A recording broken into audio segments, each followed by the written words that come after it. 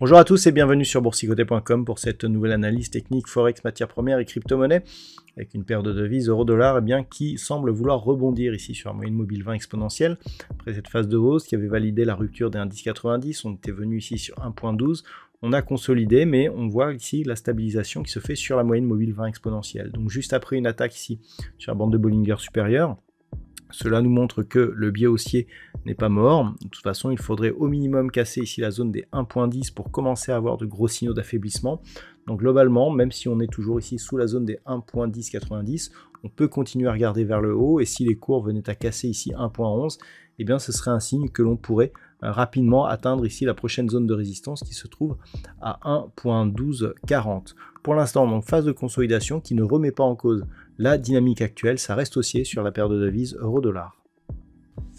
Sur la paire de devises livre sterling contre dollar américain, là aussi on se stabilise, alors pas sur la moyenne mobile 20 exponentielle, mais sur une zone horizontale, la zone ici est 1.3140, cette zone ici était un ancien point haut qui avait été résistance majeure ici lors de cette phase d'évolution que nous avons eue en juillet.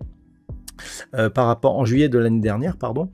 Donc c'est un signal important. Alors tant que l'on préserve cette zone, et même si on venait attaquer ici la moyenne mobile 20 exponentielle, on serait toujours sur une phase de consolidation qui n'aurait pas en cause la dynamique long terme que l'on retrouve désormais sur le court, le moyen et le donc long terme, donc cette dynamique haussière. Par contre, si on venait à casser ici 1.30, on commencera à avoir des signaux d'affaiblissement, mais grossièrement, même si on revenait ici sur la zone des 1.2870, on serait toujours dans une dynamique haussière, mais avec un momentum un peu moindre.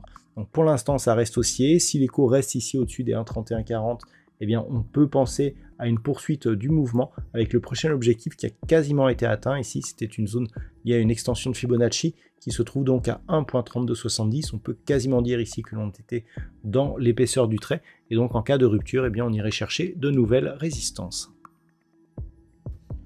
Sur l'or, là aussi, après avoir établi un nouveau record, eh bien, on s'est stabilisé, 2 semaines sans rien faire. Malgré tout, on est là aussi après un contact sur la bolle supérieure, eh bien, au-dessus des moyennes mobiles. Donc ça reste positif. On a ici une zone intermédiaire sur les 2475 $ l'once qui semble vouloir faire un support. Donc tant que l'on reste au-dessus de cette zone, au-dessus ici de cette zone mineure des 2375 $ l'once, là aussi, ça reste positif.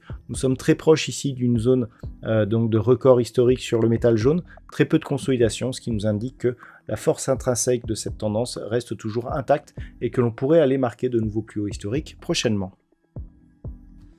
Et toujours aussi peu de tendance sur le WTI qui oscille grossièrement ici entre 74 et 76 $ le baril. Donc on est légèrement dans la partie inférieure, mais c'est très neutre, tant sur le court que sur le moyen terme. Ça fait depuis que l'on est rentré ici dans cette zone, donc c'était au mois de février de cette année, eh bien on oscille ici entre deux zones grossières, donc 70-71 et ici 80-82, mais grossièrement très difficile de définir une tendance dominante dans ce contexte.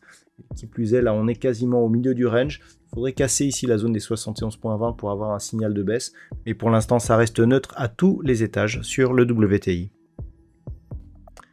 Et idem ici sur le Bitcoin qui s'est neutralisé depuis ces derniers records que nous avons connus au mois de mars. Donc on oscille ici légèrement au-dessus des 57 000 $ pour un Bitcoin.